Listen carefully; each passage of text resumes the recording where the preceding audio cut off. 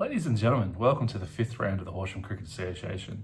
We have a glut of games to look forward to today, so I'm not going to waste any time. Let's go for it. We'll start off with Horsham at St Mary's at Sunnyside, and the Demons put on a batting clinic. After being set in, they built steadily before exploding at the back half of the innings. Daniel Griffiths set the tone with 36 off 46, but the day belonged to Jason Kanar and Jackson Hoffman. Kanar smashed a brilliant 72 off 60, all class and timing, and right alongside him, Hoffman played a perfect partner's role early before accelerating into an unbeaten 69 off 66. Together, they powered Horsham to a strong 5 for 197 off their 40 overs. St Mary's bowlers worked hard. Brady Dens took 3 for 36, but the total was always going to be a challenge. Their run chase never really got going. Laharam's bowlers were ruthless, led by Joel Pimer, who absolutely tore through the top of the order to take 5 for 29 off 8 overs. Captain Josh Mahoney took 3 for 6, and St Mary collapsed for all out for 51 off just 15 overs, giving Laharam a huge 172-run win and domination with bat and ball. Joel, can you give us a bit of a rundown on how the first innings went? We fell in a bit of a hole there early, had a couple of, those reliable bats, didn't get the runs on the board early, but with Jackson Hoffman there late and a couple of others, we sort of turned it around, and I think it was 220 odd, which was a good effort after I think 4 for 40. What was sort of the message going into that run defence?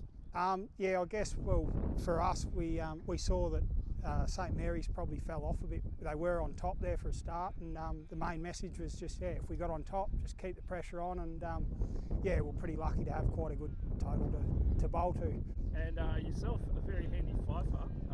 How was the ball coming out of their hand today? For a change, they were somewhere near the stumps, which always helps, and I guess the pressure was probably on them a bit to score as well, so able to sneak a few wickets, which is really good.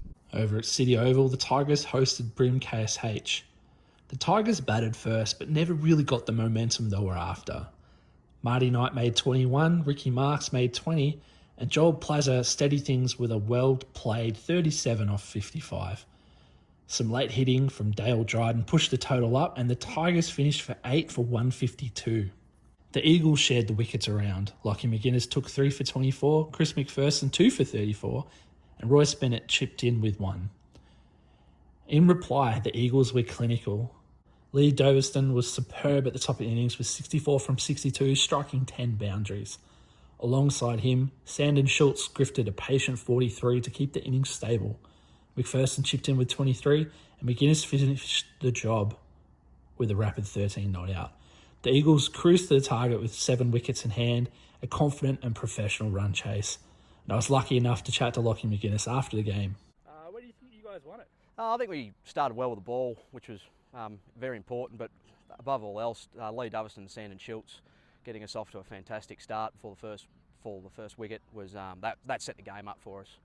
And you guys are 3-2 after 5 rounds. How do you think that's a fair assessment of your season? Yeah, it's been okay. I think it's positive. You always want to be in front of the ledger, but we're going to keep pushing as hard as we can with harvest coming, and hopefully have a couple more wins before Christmas. Over at Dudley Cornell Oval, the Colts hosted Donald Jeffcott, and this one was about the visitors' batting. Dylan Roots was outstanding with a 64 off 83, and he had strong support from Billy Burke, who scored an unbeaten 42. Kobe Westerland even chipped in with a useful 20. Donald Jeffcott set the Colts a tough chase with 7 for 173. The Colts bowled with good discipline. Logan Miller, Josh Colbert each took 2 wickets, while Alex Baker also grabbed a pair, but the total was always going to test their batting depth. And it did. The Colts ran into trouble early and never really recovered. No one made it past 15 outside Joey Nagorka, who struck a 15 off 19, including 2 sixes. It's just the wickets kept tumbling thanks to brilliant bowling from Cooper Anderson, who took 5 for 19, backed by Eddie Landwehr's 3 for 6. The Colts were dismissed for 49, giving Donald Jeffcott a 124-run victory. I actually had a chat with Captain Landwehr, and here he is now. Eddie, can you talk to us about your guys' effort with the ball today? Yeah, I actually feel like we took a bit of inspiration from the likes of Joey Nagorka and a few of their fellas. They were really hitting the wicket in good areas, just that short of a length, and they were making it talk a little bit. So it was good for us to see, and I felt like we had the likes of Dylan Rudds who did well for us to get a score that I felt was pretty good in the end. So, but yeah, I just said to the boys, we'll warm up properly, get fair dinkum about it. We've got we got no real superstar, real fast bowlers, but we've got a few bowlers that really just focus on hitting the wicket, and that's what I wanted, is go in there and bowl as hard as you can, try hit the wicket in the areas we want. And I guess the good thing about us, I feel, is that if one of us don't do it, we got someone else that'll follow through, and that's what I want to be about. It's just a team game. So yeah, really happy. At the Matoa Recreation Reserve, the Mudlarks won the toss and sent the Bull Ants in to bat, and the Bull Ants absolutely made them pay for that decision. It was runs from the Bull Ants' top and middle order. Matt Coombe anchored the innings beautifully with a 50 off 65. Jamie Byrne kept things moving with 47 off 45. Judder Coombe launched into the bowling with a rapid 66 off 51. But the real fireworks came from Tony Cacaviello, who smashed an extraordinary 48 off just 25 balls with a strike rate of 192. He lifted the Bull Ants to a huge total of 9 for 244. With the ball, the Mudlarks had their moments. Shannon Reddy and Jarvis Mitchell grabbed 2. Blake Turner also picked up 2, but it was just a run rate that kept climbing. And unfortunately for the hosts, their batting didn't really fire in reply. Captain Cacaviello backed up his batting heroics with a devastating 4 for 5 off 5 overs, tearing through the top order. Spinner Phoenix Hopper chimed in with 2 for 8, and Jordan McDonald and Angus Slater picked up 1 each. The Mudlarks were bowled out for 58 inside 20 overs, and the Bull Ants walked away with the biggest win of the weekend, 187 runs. In our final game of the day, West Wimmera Warriors hosted Swifts Great Western at Davis Park in Nil.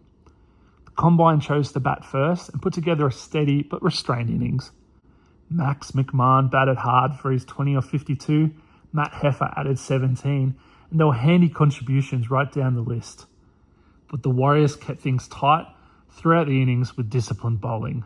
Tim Brandler chimed in with 2 for 11, Brady Kramer took 1 for 7, and Brad Alexander 2 for 7 in a very effective spell. The Combine were finished for 9 for 125, a total that felt light. The Warriors' chase started with a bit of a wobble, but they never really looked threatened. Brad Alexander top scored with 37, Kramer held firm with a 28 off 79, and Nathan Alexander added a quick 28 off 20 to push the innings forward. In the end, Brett Jens and Josh Lees guided the team home with the composing and securing 5-wicket win. It was a solid and well-constructed run chase and another strong performance from the Warriors, who now lead the competition.